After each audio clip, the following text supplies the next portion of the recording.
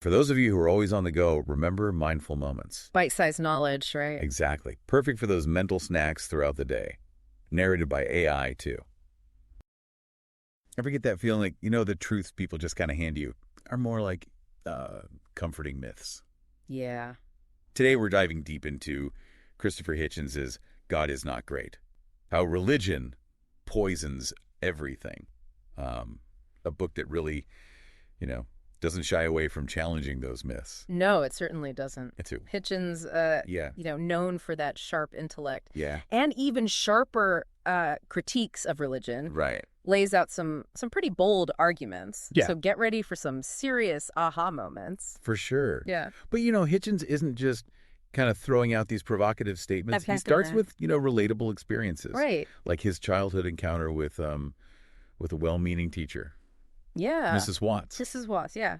Kind woman by Hitchens' own account, really. Yeah. But she tried to explain that the reason God made vegetation green was because it's the most restful color for our eyes, Seems harmless enough. Yeah. But for Hitchens, it sparked a lifelong skepticism. That is interesting, isn't it? Yeah. That simple statement about the color green. Yeah. Made young Hitchens start questioning, like, the bigger picture. It is. Why do we accept these explanations without, really kind of digging deeper? Right. That's precisely the point Hitchens drives home throughout the book, really. Yeah. He started noticing other inconsistencies, too, like the emphasis on praising God for things that just occur naturally. Right. Does a creator really need constant praise for simply doing what comes naturally? I mean, it's built into the system, It raises the question, doesn't it? Yeah. Like, who benefits from that praise? Right. And then there were the unanswered prayers and the taboos around sex and the idea that faith is only like a comfort when you've lost someone. Yeah. These are questions, a lot of us grapple with. They are, yeah. And questions that traditional religious frameworks often struggle to adequately address. They do. Which brings us to one of Hitchens' core argument. Okay. The incredible discoveries of science. Yeah. Think about those, the awe-inspiring images from the Hubble telescope. Yeah. Or the mind-boggling complexity of DNA. Mm-hmm. Don't these just dwarf the traditional creation stories? Absolutely. Hitchens eloquently points out, I think, that the Hubble telescope makes the idea of a divine architect seem rather provincial. Wow. When you grasp the sheer vastness of the universe, the idea of a creator solely focused on, humanity feels, a bit limited. It does. Yeah. He even compares Stephen Hawking's concept of the event horizon to the biblical story of Moses and the burning bush. Right. Yeah. The event horizon, for those unfamiliar, it's like the point of no return around a black hole, where even light can't escape. It's this mind-bending concept that makes a burning bush seem, in comparison, quite mundane. Right. Isn't it? It's a powerful juxtaposition. And that leads us to another key point. The arrogance of certainty. Right. In a world where, our knowledge is constantly expanding, how can any religion claim to have, all the answers? Yeah. Especially when you consider that there are so many, contradictions and disagreements within religions themselves, different interpretations of scriptures, debates about prophets. Right. It makes you wonder about the very nature of absolute truth. It does. What is it, really? Then there's the darker side of belief that Hitchens doesn't shy away from. Right. The violence and intolerance that can be fueled by, religious fervor. He shares, some vivid accounts of religious conflict in Mumbai, Bethlehem, and even the potential for nuclear war between India and Pakistan. Yeah. His description of Mumbai, being by Hindu nationalists, is particularly jarring. A city known for its diversity transformed into a battleground for religious factions. It's hard to believe. It's scary, isn't it? It is, yeah. And then Bethlehem, where Hamas's imposition of Islamic law has driven out, much of the Christian population. It's a stark reminder that these aren't just theoretical debates. Right. They have real-world consequences. Real-world consequences, for sure. A chilling example is the Pakistani general who, according to Hitchens, essentially justifies nuclear war using fatalistic Islamic beliefs. Oh, wow. It raises, serious questions about the dangers of blind faith, especially when mixed with political power. It's a recipe for disaster. Yeah, it really is. And these dangers of blind faith, I mean, they become even more disturbing when you see, religion kind of intertwined with political power. Right. Hitchens explores how this whole concept of divine right, has been used to justify all sorts of oppression and violence throughout history. Mm-hmm. It's a stark contrast to the ideas of someone like James Madison, a key figure in the founding of the United States. Madison was vehemently opposed to any blending of church and state, right? Even arguing against government-appointed chaplains and religious tests for public office. It's surprising, isn't it? Yeah. How relevant Madison's views are even today. It is. He seemed to understand the potential for abuse, when religious authority mixes with political power. Absolutely. And Hitchens uses this historical context, to highlight the hypocrisy often seen in religious institutions. He points to the Catholic Church child abuse scandals as a prime example.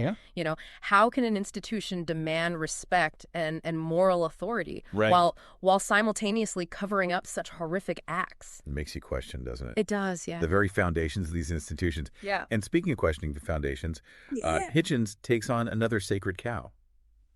This concept of intelligent design. Okay. So the human body, right? Yeah. It's often held up as this perfect creation. Yeah. Evidence of a divine hand. But Hitchens kind of points out, if you actually examine the human body, mm-hmm. it's full of flaws and inefficiencies. He even calls our DNA a string filled with useless junk. Yeah, the junk DNA. Junk DNA. So we're carrying around all this useless genetic material. Right. What's that about? It's one of the many things that makes the idea of intelligent design seem less than convincing. Yeah. Hitchens points to other examples, like our vestigial tails, right, a leftover from our evolutionary past, and our knees, which are, prone to wear and tear. Yeah. Especially as we age. Okay. The tailbone thing I get. Yeah. But this junk DNA, yeah, help me understand where Hitchens is going with that. He's highlighting that if we were, truly intelligently designed, right, wouldn't we be, more efficient and durable? Yeah. The presence of these design flaws, as he calls them, right, points towards a different explanation. Evolution. So if we weren't intelligently designed, where do we come from? Well, Hitchens brings in the work of Stephen Jay Gould. Okay. And his research on the Burgess Shale fossils. Okay. These fossils show an incredible explosion of diverse life forms during the Cambrian period. Wow. What's fascinating is that Gould suggests if we could, rewind the evolutionary clock, life might have unfolded in a completely different way. So the world as we know it could have been completely different. Right. That makes you question this whole idea of a divine plan, right? Precisely. The randomness and contingency of evolution as evidenced by the Burgess Shale don't really fit with the idea of a preordained design. Okay, so if intelligent design isn't holding up, mm-hmm. what about miracles?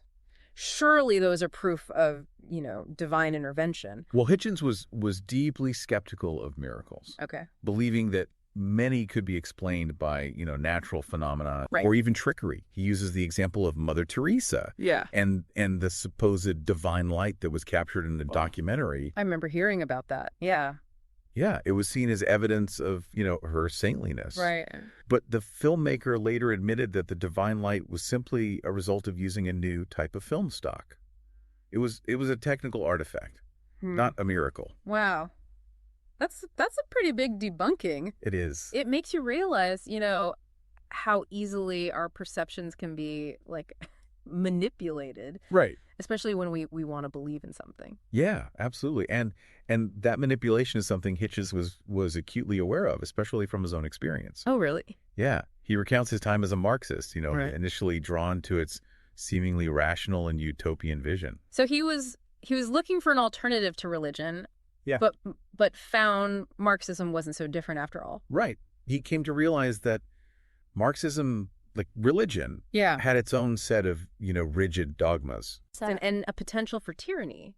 Wow. This experience, deeply shaped his views on the dangers of blind faith, regardless of whether it's in, a deity or a political ideology. So what's the takeaway here? Yeah. That we should just reject all belief systems? Not necessarily, but Hitchens argues that we should embrace skepticism Okay. and critical thinking. We need to question everything, even our most deeply held beliefs. That sounds exhausting, though. Yeah, Don't we need something to believe in? Yeah. Something, bigger than ourselves?